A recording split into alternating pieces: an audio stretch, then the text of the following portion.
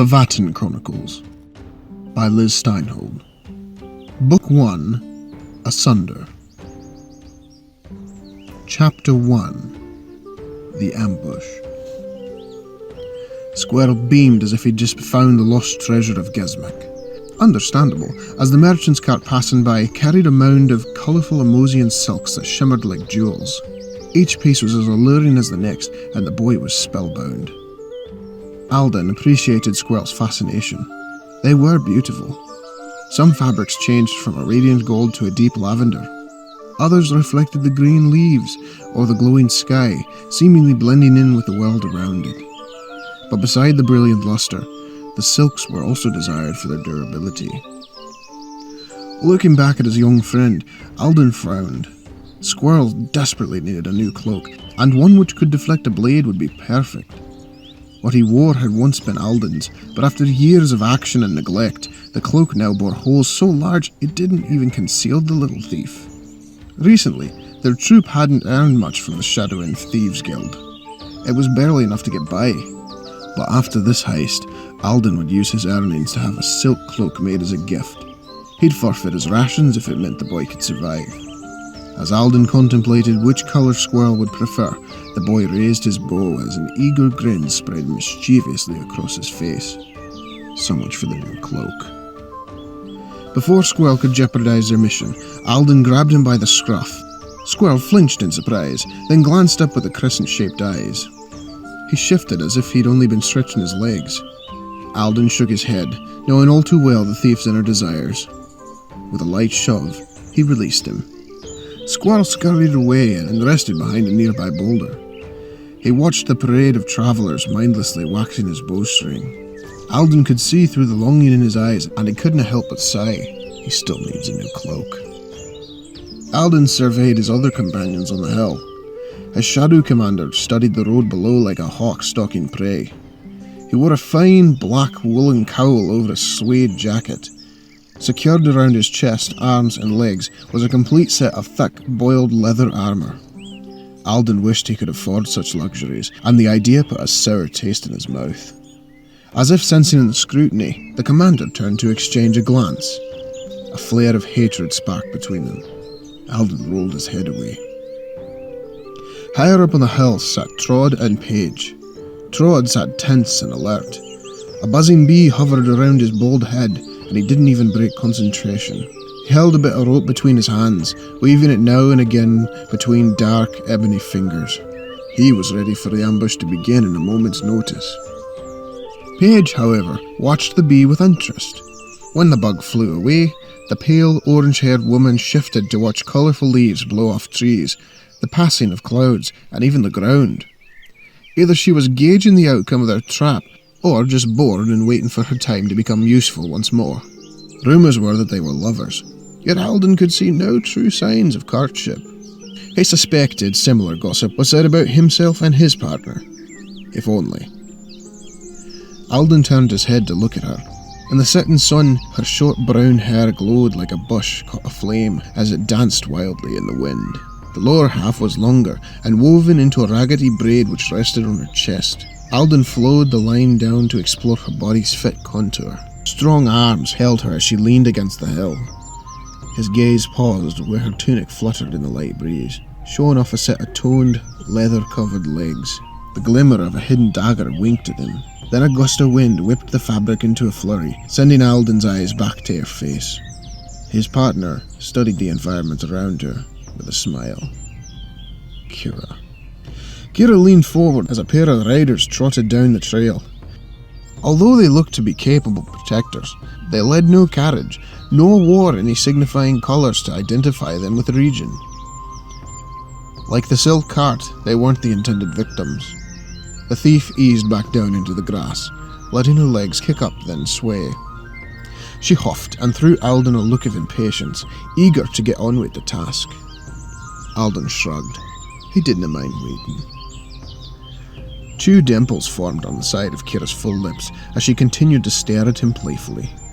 Alden wanted to glance away, disallowing his eyes and his heart the pleasure of viewing her, but he couldn't help but smile back. He knew that look. It was the same roguish one she'd given him the day that they met. and the day fate had allowed him to enter this life. Movement from around the bend drew their attention. It was a carriage, escorted by a troop of well-armed guards. Their clean white robes were cinched by thick leather belts, which held their lengthy scimitars. Thin, shining plate armor protected their bodies. Orange silk capes danced proudly with the troop's synchronized steps. The carriage they protected was just as extravagant. Hand-carved details with finely painted trim outlined the curves. Lavishly embroidered curtains hung in the windows behind the decorative screen. Even the steps leading to the door had chiseled designs. All were signs that they, like the goods from earlier, were from Amos. "Reynold," said Trod in a hushed tone to the Shadow Commander, his voice serious and hard. He pointed down the road. Ryan nodded, having already seen it. The sleazy man then crouched with a thirsty grin. "Get ready." "You must keep your dress pristine, Maylie Drake," scolded a dry and cracking voice. Maylie rolled her eyes. "Lydia, our silk is anything but delicate," she said before biting a spicy chocolate cookie. The snap of the crisp treat sent a layer of crumbs down into her lap, dusting the shimmering orange gown with crumbs. "But your presentation is," Lydia growled as she brushed Maylie clean of the debris.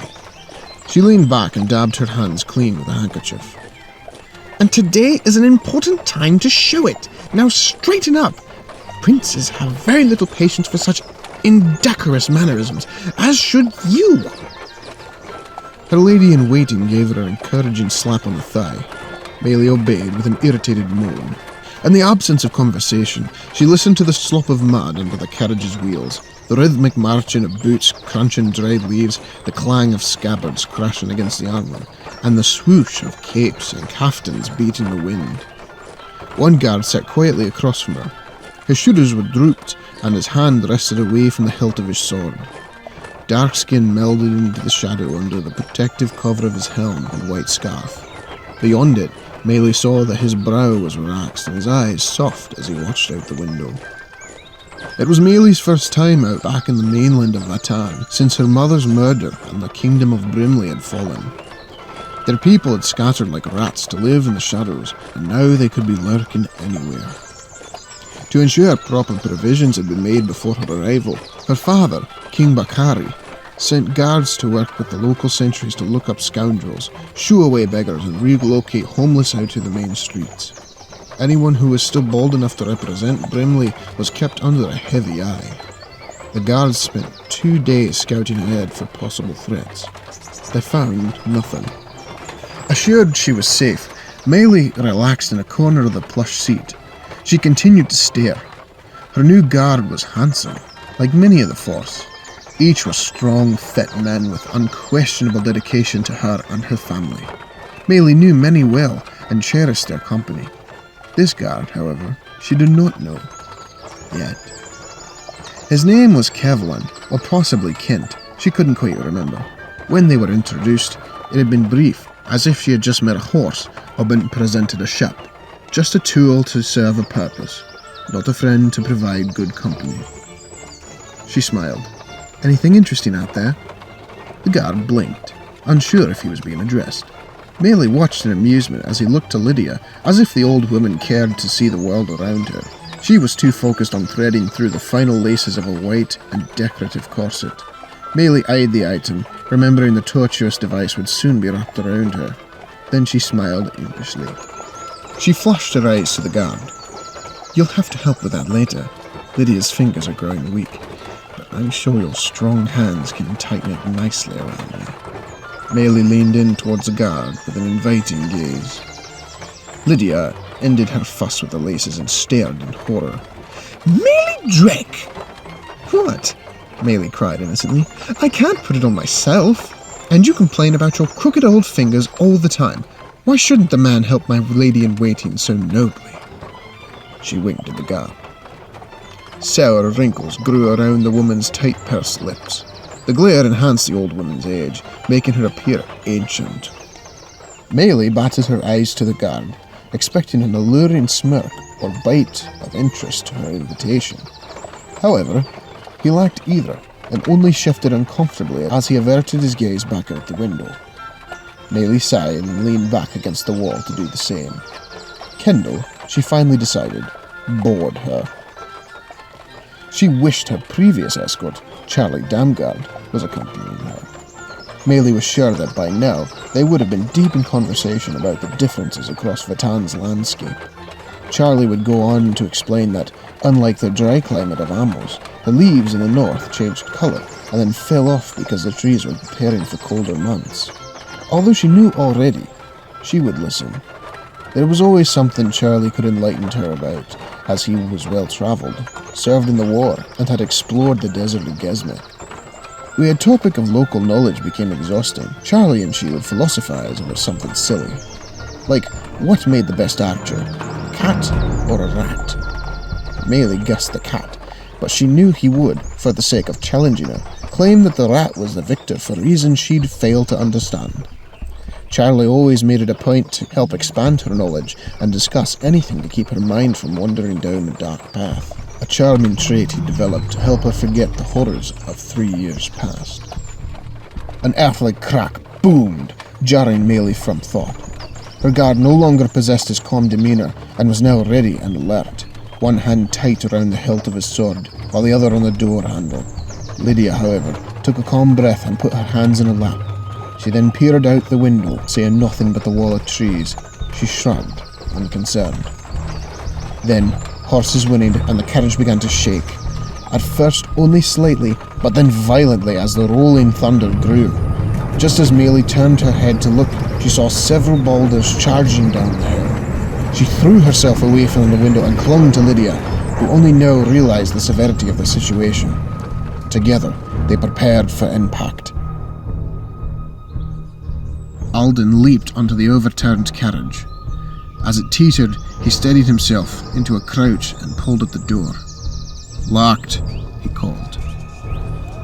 Kira landed beside him, taking out his set of small tools. Alden guarded while she picked the lock, but there wasn't much of a fight left. The landslide had gone exactly as Paige and Trod had planned, leaving many guards lost under the rocks and logs. Those who had survived were now facing a worse fate of battling shadows. Squirrel stayed on the hill, using a boulder as cover as he exchanged arrows with an archer below. Alden feared the contest between bows would soon end up with his friend on the losing side, but Ryan slipped past a flurry of blades and tumbled to introduce his long rapier into the back of the Amosian archer. A loud cry echoed off into the hills. "And open," Kira said. With a flick of her wrist, the carriage door swung wide. Alden inhaled as the alluring smell of spiced perfume wafted out. Together, they cautiously peered inside. Pillows, blankets, and the drapery hung over everything like a gypsy's den. Cookies littered the floor. A young woman sat rubbing her head. He guessed her to only be a few years younger than himself, at the tail end of her teen years, but her thick makeup hid the truth. She had tanned olive skin, which lay mostly hidden behind a white feather jacket and shimmering orange dress. Wrapped loosely around her black hair was a silk scarf to match the gown. A guard was crouched beside an older woman, checking for a pulse. Before he could snatch a reed, he threw his head up, noticing them. He stood and attempted to release his sword from its scabbard. However, from within the confines of the small, overturned carriage, he knocked his elbow against the side, failing to draw his blade completely out. "Let me help you with that," Kira offered kindly, then dove in. Her boot met his chest and sent him against the arched roof with a grunt. Kira ripped the hilt and twisted it free from its scabbard. In one quick motion, she used the man's own blade to split his neck. Alden winced as the young noble screamed, watching the murder. But no blood escaped the guard. The man coughed from the blow, then blinked. "Damn Amosian silk," Kira growled. Before the guard could fight back, she knocked him out. Now safe, Alden hopped down with a thud, startling his own victim. She backed away as if she could flee.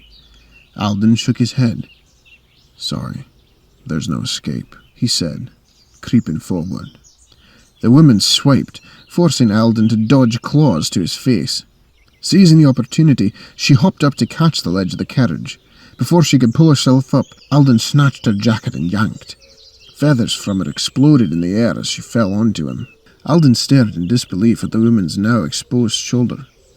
As expected, the Amosian noble was tattooed. A falcon with wings spread in the shape of a poled composite bow and 4 pointed stars flanking its sides and head. But because the crest was illustrated with a shield, Alden knew it wasn't just a noble coat of arms. She was royalty. His breathing stopped, but his heart pounded loud in his ears. Not even the continuous screams from outside the carriage could compete with the warning bells inside his head. He felt her trembling in his arms, and he realized that he was squeezing her. Timidly, Alden broke his gaze from the brand and locked eyes with a frightened princess, Meili, Drake of Amos. "Nice," said Kira. Alden glanced at Kira, expecting her knowing stare. But the thief was busy pocketing a coin purse and stuffing a few cookies in her mouth. Quickly, he shrugged the princess's jacket to cover her tattoo. Kai, focus. Yeah, she said, sliding over. Meili squirmed and threw a kick as Kira approached. The thief grabbed her foot before it met with her face. She held it there while Alden finished securing the princess's arms back with a rope. Once bound, he then used the scarf to bind and gag her. "Time to go," Kira said, clamping Alden on the shoulder before leaping through the open door. Alden gently hoisted Meili up, dodging kicking feet as Kira helped pull her out. He followed after. The thick smell of dirt and blood hit his nose. His gut turned, seeing the litter of fallen Amosian guards. Many were dead or nearing death, and Ryan was taking it upon himself to finish off anyone pleading for their lives. Trod worked at freeing the tethered horses from the carriage, trying to calm them down, while Paige watched down the path, presumably on the lookout for any travellers. Squirrel, now freed from his post up the hill, floated around each body, blissfully gathering loot. He found a small sack and emptied its contents into his hand. He squealed with joy. "Coin?" Kira asked, hopping to the ground. "Better!" He raised his hand in victory. "Chocolate-covered coffee beans!" "More energy is the last thing you need, Squirrel," she laughed, turning her head back to Alden as he handed the princess down. The boy plopped a handful into his mouth and chewed proudly. Ryan furrowed his brow. Squirrel slowed his munching, looking away, and gulped forcefully. Ryan nodded at Kira and their prisoner. "Beautiful," he said, as a dark smirk grew devilishly over his sweaty face. Alden sneered, and Rain caught notice. The Shadow Commander smirked further, and Alden pulled his hood tight to ensure it still concealed his face. He felt sick, and his heart reeled at the revelation of whom he had just attacked. He clenched his fist, and the knuckles turned white. Why her?